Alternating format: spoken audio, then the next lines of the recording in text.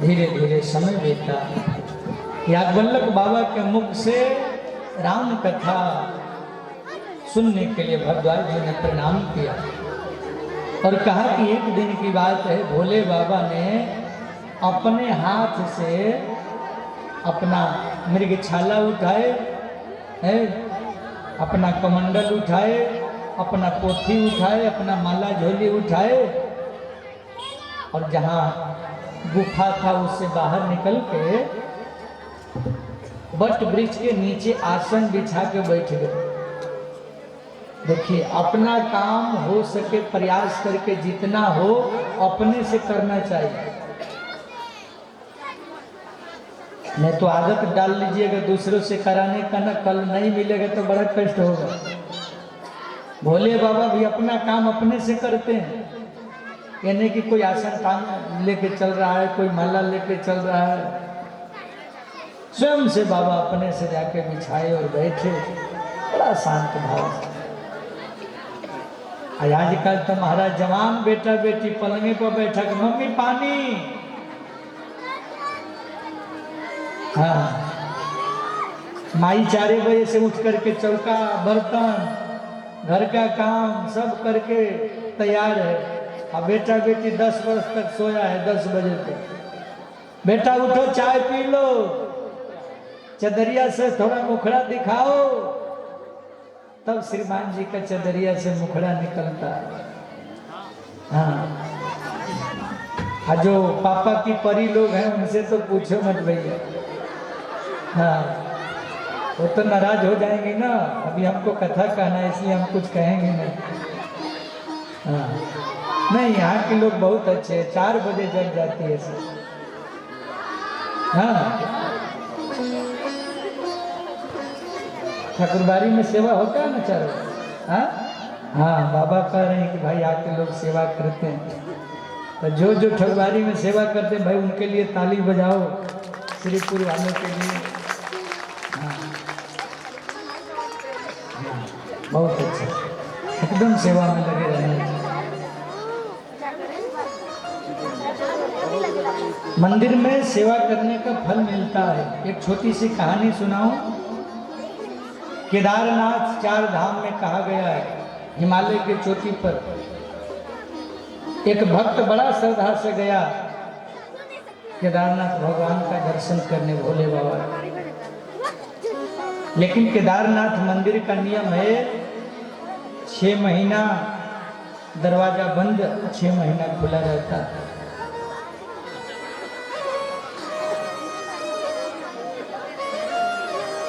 ठंडी में पूरा बंद है। लेकिन एक भक्त जैसे ही पहुंचा, सबका दरवाजा पर पहुंचने के बाद अंतिम वही व्यक्ति था, तब तक पट बंद हो गया। बोला पंडित जी से, महाराज थोड़ा दर्शन करा दीजिए, बड़ा दूर से आया हूँ, बड़ा कष्ट से आया, इतनी 18 किलोमीटर पैदल चढ़ाई करके इतनी चोटी पर आया हूँ। पंडित जी बोले, देखो भैया अब तो 6 महीना बाद ही दर्शन होगा, आज अंतिम दिन था और अब तो पट बंद हो गए, अब 6 महीना बाद खुलेंगे। बड़ा अनुनय विनय किया पर पंडित जी नहीं सुने। सब पंडित जी लोग चले गए, बेचारे रात भर वहीं दरवाजे पर पड़ा रहा, सोचते विचारते बड़ा दुखित हो गया, क्या मैं बिना दर्शन किए चला जाऊंगा? ठंड में ठिठुर रहा है, पड़ा हुआ है, बड़ा बेचैन, बड़ा परेशान भगवान का दर्शन के लिए।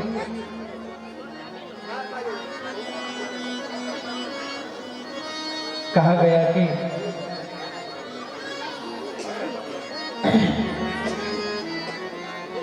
काम में चाबी लेके आ गई हो का घर से? हाँ, अच्छा, पोता आ गया था। हाँ ठीक, ऐसे ही डिस्टर्ब करते रहो बारी बारी से सब, तो कथा ज्यादा होगा। हाँ, क्या सुना रहे थे हम?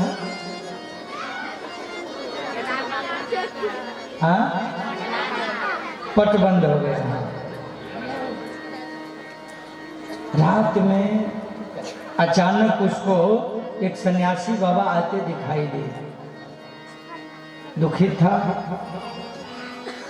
क्या हुआ बेटा, क्यों परेशान हो? बोले बड़ा श्रद्धा से मैं आया था केदारनाथ भगवान का दर्शन करने, पर पट तो बंद हो गया और पंडित जी कह के गए कि 6 महीना बाद खुलेगा। मैं दरवाजे पर पड़ा हूं, मैं तो जाऊंगा नहीं, भले यहीं मर जाऊंगा। सन्यासी बाबा ने कहा कि चिंता मत करो बेटा, मैं वचन देता हूं कल पट खुलेगा। वो तो थका था बेचारा, इतना सुनते ही सो गया। और सुबह जैसे ही जगह तो सामने से क्या देखता है, पंडित जी अपने 8 पंडितों के साथ आ रहे हैं। और उसको देख करके बोले कि अब तो मैं जा रहा हूं पट खोलने, तुम यहां कब आया? बोले रात में ही तो आया था, आप ही ने तो पट बंद कर दिया। आप बोले कि कभी नहीं खुलेगा। बोले पागल हो गए हो क्या, मेरा पट बंद किया हुआ 6 महीना हो गया। अरे नहीं महाराज, अभी तो रात में ही थे। बोले नहीं नहीं 6 महीना हो गया। अरे महाराज, तो रात में सन्यासी बाबा आए थे, बोले कि तुमको सुबह दर्शन होगा, पट खुलेगा, इसीलिए मैं यहीं पड़ा रहा। पंडित जी ने पूछा सन्यासी का वेश कैसा था? बोले बाघंबर लपेटा था, जटा था और डमरू लिया था, त्रिशूल लिया। पंडित जी गिर पड़े उस भक्त के चरणों में, धन्य हो भक्त, वो तो साक्षात शंकर भगवान ही आके तुमको दर्शन दे करके गए हैं। और 6 महीना उन्होंने 1 दिन का बना दिया तुम्हारे लिए, और तुमको पता नहीं चला कब 6 महीना गुजर गया। मैं तो 6 महीना बाद आया। ये होती है निष्ठा। सच्चे निष्ठा से अगर भगवान से आप जुड़ना चाहे, भगवान कृपा करते हैं। नहीं तो अगर मन में छल कपट रहेगा ना, तो मिलके भी नहीं मिल पाइएगा। एक सेठ जी थे, 1 नंबर कंजूस। चमड़ी चल जाए तो चल जाए, पर दमड़ी जाना नहीं चाहिए। इतना कंजूस थे। एक संत के पास गए, बोले हे संत भगवान, कोई ऐसा उपाय बता दीजिए, 1 पैसा धन खर्चा ना हो, रुपया खर्चा ना हो, पूजा भक्ति भी हो जाए। मैं भक्ति करना चाहता हूं पर बिना खर्चा का। संत जी ने कहा बहुत बढ़िया बात, बिना खर्चा का पूजा बता देता हूं। उस पूजा का नाम है मानसिक पूजा। क्या नाम है? मानसिक पूजा। कैसे करना है गुरुजी? बोले बेटा, रोज सवेरे सवेरे अपने आसन पर उठना 3 बजे, हाथ पैर धो लेना और बैठ जाना, आंख बंद कर लेना और मन ही मन ध्यान करना कि मैं भगवान कृष्ण कन्हैया का, ठाकुर जी का जगाने का समय हो गया है, जगा रहा हूँ। मन में जगाया, फिर उनको जो विधि है, दातुन कराया, स्नान कराया, वस्त्र पहनाया, चंदन लगाया, तिलक किया, भोग लगाया, फूल चढ़ाया, तुलसी चढ़ाया, और सब करने के बाद जो है फिर सेवा में लग गया, फिर शयन करा दिया, फिर भोग लगाया। रोज इसी तरह से करना। 3 साल तक सेठ जी मानसिक पूजा करते रहे। 1 रुपया खर्च नहीं, बैठ के ध्यान में सब होता था। लेकिन जो भी था, थे तो कंजूस ही। एक दिन पता है क्या गड़बड़ हो गया? आंख बंद करके भगवान को भोग लगा रहे थे, तो दूध में चीनी डालना था। अब घटना यह घटा कि 1 चम्मच चीनी डालना था, गलती से 2 चम्मच पड़ गए।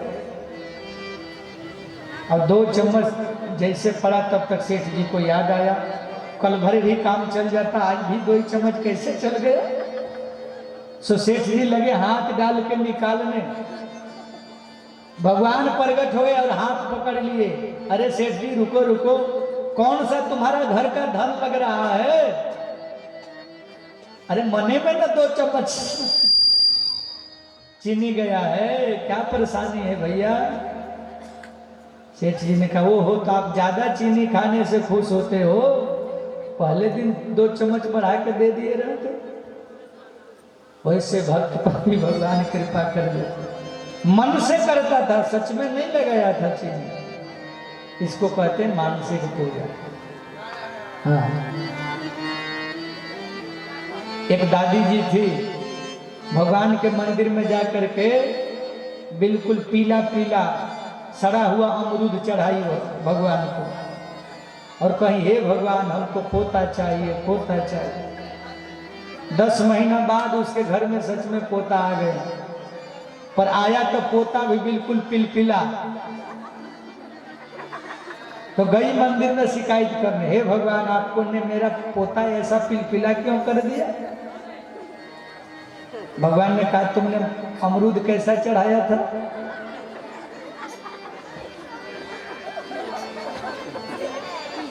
कैसा चढ़ाया था? हाँ, आदमी 2 रुपया का अगरबत्ती देखा के भगवान से 2 टरक मांगता है। इतना लंबा लिस्ट की पूछो मत, मांगने का हम लोग का स्वभाव। अरे इतना जानिए कि आपका भोजन पच जाता है, भगवान का कम कृपा है। लाखों लोग हैं जो रोज दवा खा के भोजन पचाते हैं। कभी कोई चूरन खाते हैं, कभी कोई चूरन खाते हैं। आपका लीवर ठीक है, हार्ट ठीक है, तो भगवान का बहुत कृपा है। हजारों लाखों लोग हैं जो अपंग हैं, जिनको पैर नहीं, आपको बढ़िया पैर है ना भाई, ये कृपा है ईश्वर का। लेकिन जीव का स्वभाव है, जो अपने पास रहता है उसका भान नहीं होता है, उसका अनुभव नहीं होता है, और के पीछे मरे जाते। जो मिल गया है उसमें अगर संतुष्टि और जीना सीख लिए, आपको आनंद आ जाएगा। लेकिन वहां संतोष कहाँ है? जो उपलब्ध है, जहां है वहीं मौज में रही। इच्छाएं तो अनंत है माई बाप, इच्छाओं का अंत नहीं। आज भोले बाबा आकर के बैठे, पार्वती ने अवसर देखा, बाबा बड़ा प्रसन्न है। और जिस घर में पति खुश रहता है ना, घर का माहौल ठीक रहता है। और जो हाई कमान ही गड़बड़ है तो सबका मुंह उतरा रहता है। हाँ, भोले बाबा प्रसन्न थे। पार्वती ने जाके प्रणाम किया। शंकर जी ने बायां अंग में बैठाया और बैठा करके कहा कि आइए, आदर दिया। एक बात यहाँ समझने लायक है, राम कथा सुन रहे हैं तो भोले बाबा ने कितना बढ़िया भाव में बोला, जानी प्रिया आदर अति कीन्हा, जानी प्रिया आदर अति कीन्हा। हे प्रिया, आओ बैठो। बगल में हाथ पकड़ के बैठा, बाएं भाग। अब देखिए, किसी से आदर पाना है तो आदर देना चाहिए। हम जिसके बारे में जैसा सोचते हैं उधर से वही लौट के आता है। नेगेटिव रहिएगा ना तो उधर से नेगेटिव आएगा। इसलिए हमेशा सकारात्मक रहिए, पॉजिटिव रहिए। कहानी कहती है कि भोले बाबा ने कहा कि देवी, आज आप मेरे पास आई, मेरा अहोभाग्य, कहीं आपके मन में कुछ जरूर है, कुछ पूछना चाह रही, बोलो क्या चाहिए आपको? पार्वती जी ने कहा, सरकार आप साक्षात कामधेनु हैं, आप साक्षात ईश्वर हैं। आपके चरणों में बैठ करके अगर मेरी बुद्धि छोटी रहे तो आपको ही कलंक लगेगा। मैं आपके चरणों में आ गई। पहले मैं सती थी, फिर पार्वती बन के आ गई। ए मैया, आप लोग उठ के जाओ यहाँ से।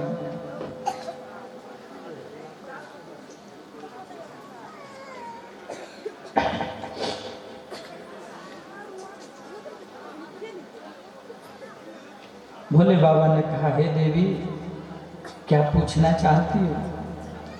पार्वती जी ने कहा, मेरी बहन है गंगा, जिसको सिर पर बैठाए हैं, मैं आपके चरणों में बैठी हूँ, जरूर कुछ न कुछ मतलब है। ओहो, गंगा ने लोगों को तारा है, तीर्थ बन करके सबका उद्धार किया है, लेकिन वो भी तो हिमालय से निकली है, और मैं भी एक दूसरी गंगा बहाऊंगी। और ये गंगा तो गंगोत्री से निकल के गंगा सागर तक गई है, लेकिन मैं जो दूसरी गंगा बहाऊंगी ये केवल भारत में ही नहीं बहेगी, ये गंगा सातों दीप 14 भुवन में बहेगी। वो कौन कर गंगा बहेगी? बोले राम कथा की गंगा। पूछूंगी राम कथा, सुनूंगी राम कथा, घर घर में राम कथा गंगा बहाऊंगी। और हे भोले बाबा, आज मैं आपसे विवाद नहीं करना चाहती, संवाद करना चाहती हूँ।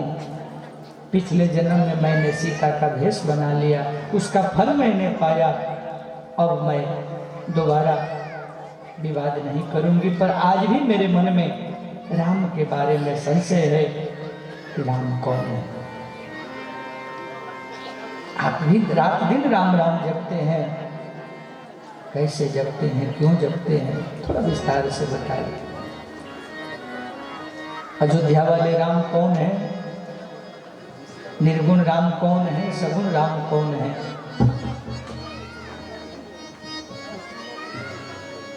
दशरथ के बेटा बने वो राम कौन है? थोड़ा बताइए। आज भी उनका चरित्र देख करके मैं भ्रम में पड़ जाती हूँ। मैंने राम की प्रभुताई देखा था,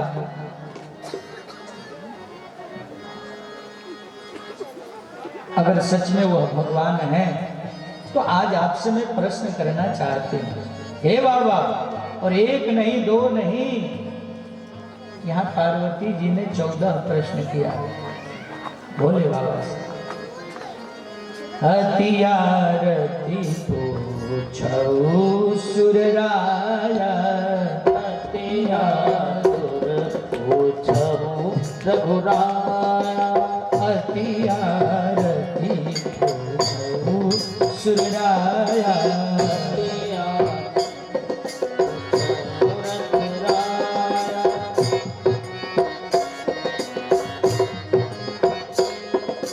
रघुपति कथा कहूँ करिदाया, रघुपति कथा कहूँ करिदाया, रघुपति कथा कहूँ करिदाया।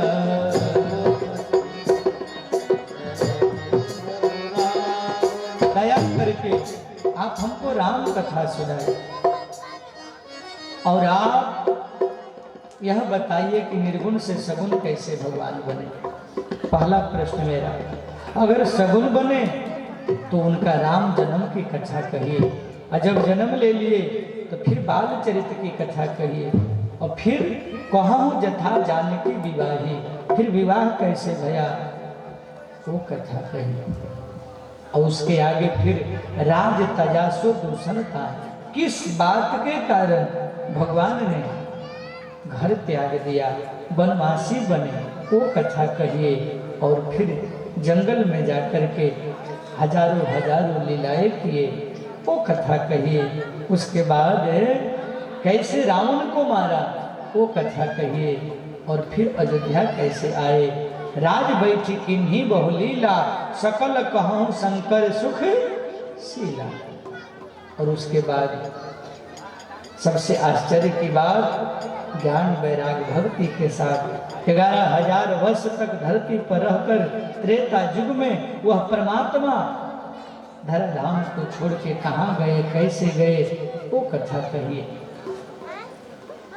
सुन करके भोले बाबा के आंखों में आंसू आ गया। 48 मिनट तक अपने आंखों को बंद किए और मंगलाचरण करते हुए भगवान का ध्यान किया, क्योंकि कोई भी कथावाचक कथा कहने से पहले अपने इष्ट देवता का ध्यान करते, मंगलाचरण भोले बाबा करते हैं, और करते हुए अपने भगवान को प्रणाम करते। भोले बाबा के भगवान कौन है? बालक रूप राम। हाथ जोड़ करके राम जी को भोले बाबा मंगलाचरण करते हुए कहते, बंदौ बाल रूप सोई राम, बंदौ बाल रूप सोई राम, सब सिद्धि सुलभ जपत जिस नाम, सब सिद्धि सुलभ जपत जिस नाम।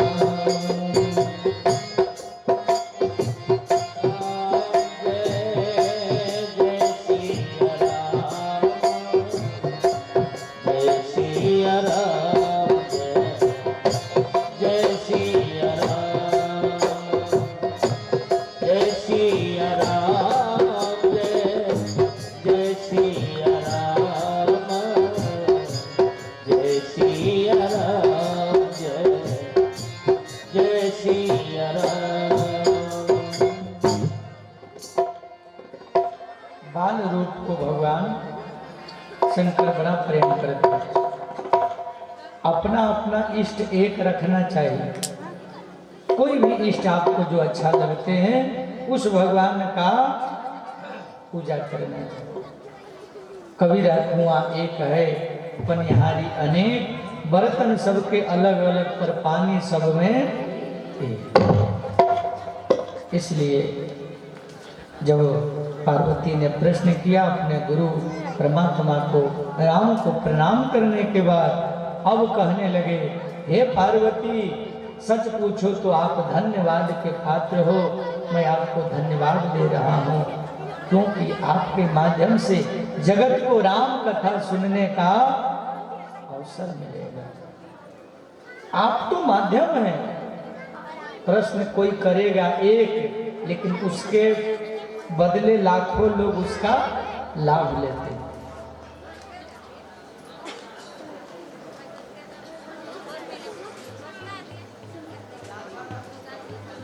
कल ही हमारे पास एक आए थे,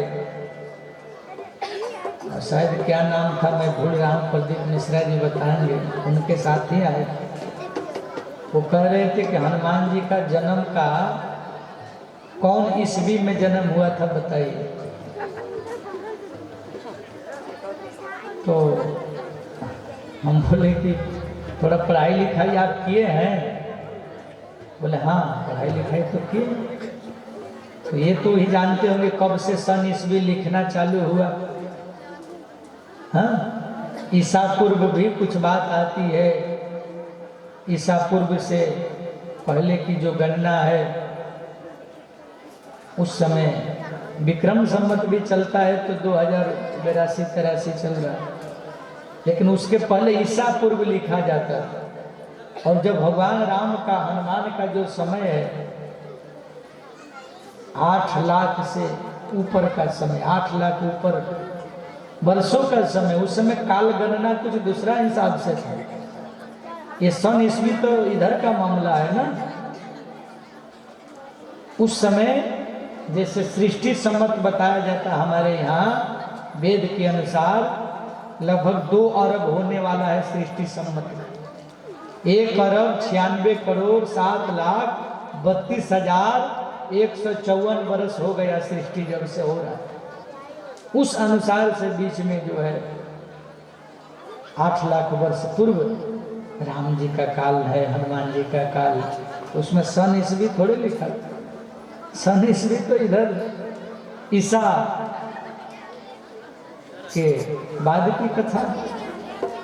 तो थोड़ा पढ़ाई लिखाई कर लेना चाहिए तब सवाल करना चाहिए, अटपटा सवाल नहीं। अब कोई कहता है कब मरे थे? अरे भैया हनुमान चालीसा पढ़ते हो ना, उसमें क्या लिखा है? चारों युग प्रताप तुम्हारा है प्रसिद्ध जगत, है प्रसिद्ध जगत जियारा, साधु संत के तुम हनुमान जी महाराज का चारों युग में हमेशा से हैं, और देवता अनादि होते हैं, देवता का नाश नहीं हो। जो नाश हो जाए वो देवता का अनादि।